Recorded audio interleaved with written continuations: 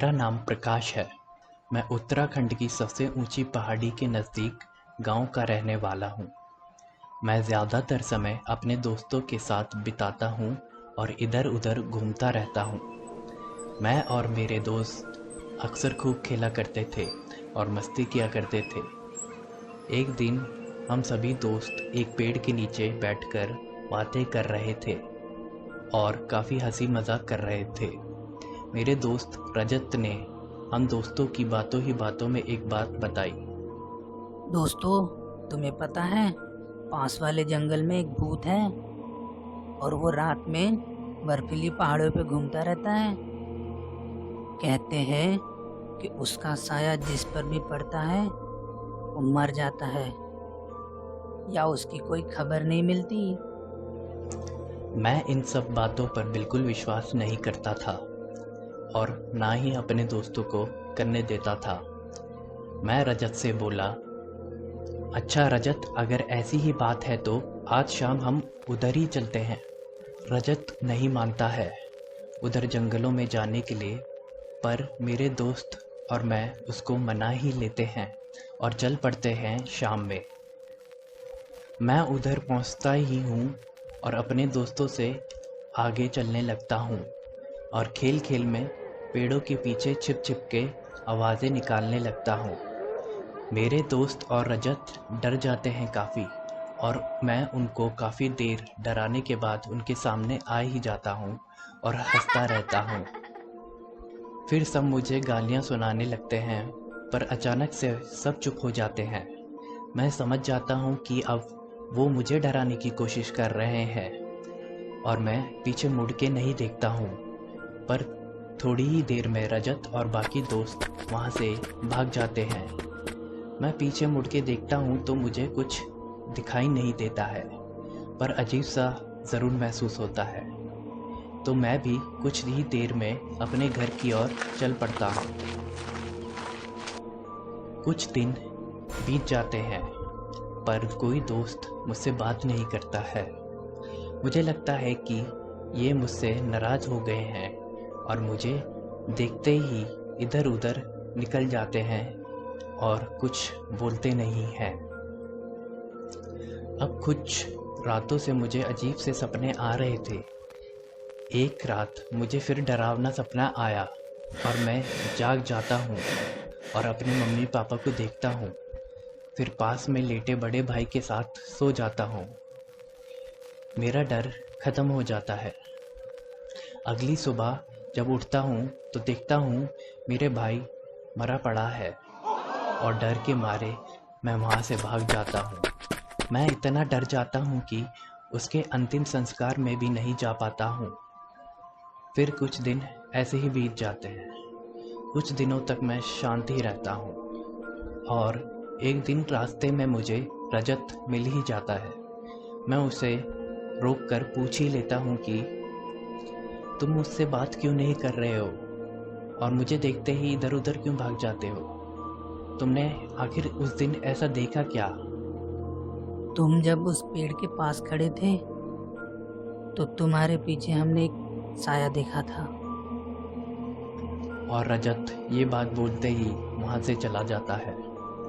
रजत से बात करने के बाद मैं घर आ जाता हूँ और हाथ मुंह धोकर अपने कमरे में चला जाता हूँ। तभी मेरी नज़र दीवार पर पड़ती है। उस पर खून से लिखा होता है, तुम मुझसे भाग नहीं सकते, तुम्हारा अंत आ चुका है।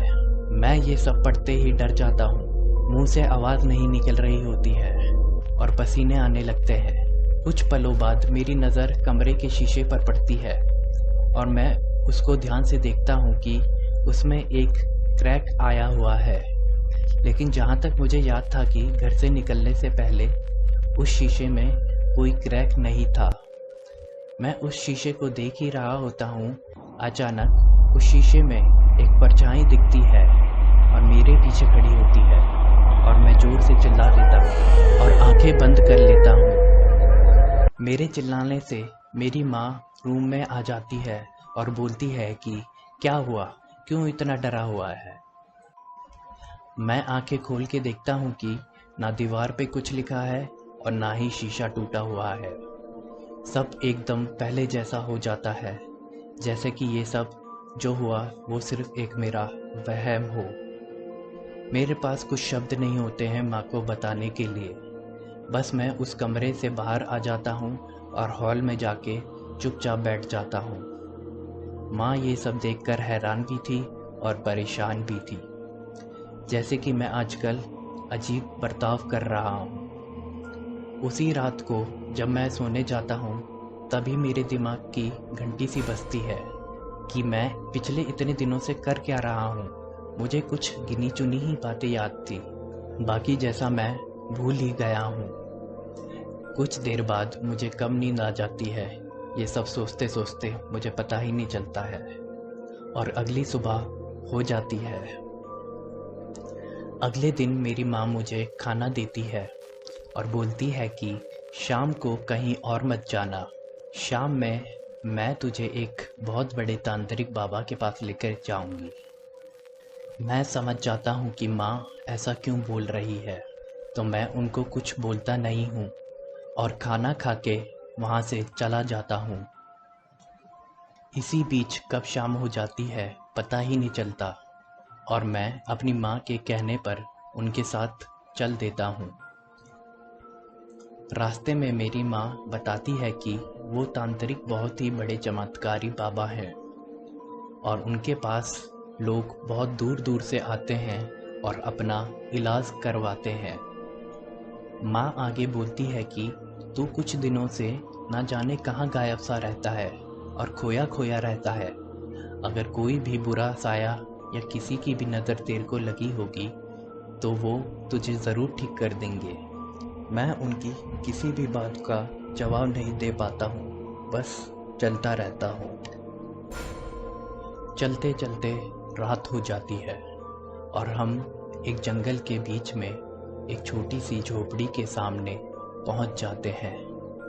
मैं देखता हूँ कि माँ उस झोपड़ी में जाके उस तांत्रिक को बुलाने जाती है और मैं पास ही एक पत्थर पर बैठ जाता हूँ।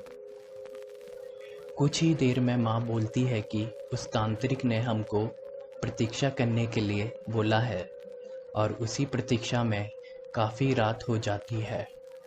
मैं माँ से घर चलने के लिए कहने ही वाला था कि वो तांत्रिक बाहर आ जाता है और बोलता है कि उन लकड़ियों को लेकर आ जाओ।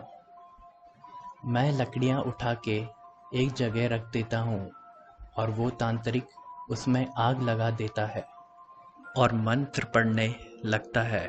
माँ भी पास में बैठकर देख रही होती है ये सब, और तभी वो तांत्रिक अपनी झोपड़ी में से कुछ हड्डियाँ लेकर बाहर निकलता है और उस आग में डाल देता है और तेज तेज मंत्रों का उच्चारण करने लगता है। वो तांत्रिक फिर से माँ से बोलता है कि मैं इस बालक की सच्चाई जान गया हूँ, सारी की सारी। ये पिछले दिनों क्या कर रहा था, कहाँ था, ये सब कुछ मैं जान गया हूँ। ये बोलते ही आग भड़क उठती है, चारों ओर हवाएं चलने लगती हैं, आंधी सी आ जाती है। माँ कुछ ही पल में बेहोश हो जाती है और मैं अजीब सी शक्तियों को महसूस करने लगता हूँ। अब वो तांत्रिक भी घबराने लगता है अचानक से। जो अभी तक इतना ताकतवर लग रहा था, अगले ही पल ऐसे डर रहा था जैसे मौत को देख लिया हो पास से।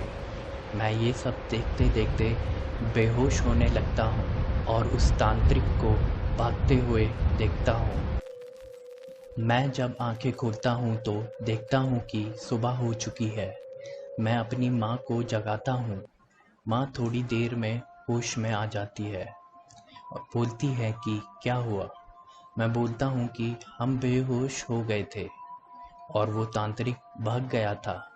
माँ उसकी झोपड़ी में जाकर देखती है पर कोई होता नहीं है और हम फिर घर वापस आ जाते हैं।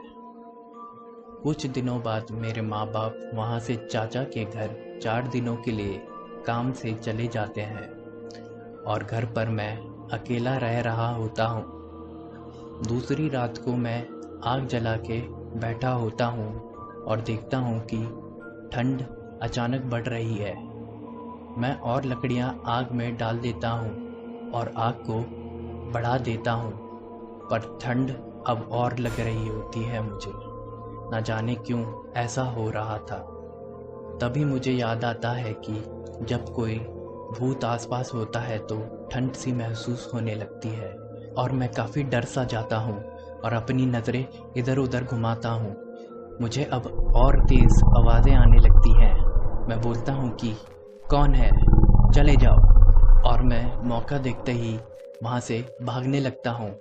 घर से बहुत दूर भागने लगता हूँ। भागते भागते मैं एक खाई के पास पहुँच जाता हूँ और अचानक से मरने की इच्छा सी होती है और ना जाने क्यों मैं कूद जाता हूँ खाई में। अब मुझे सब समझ में आ जाता है।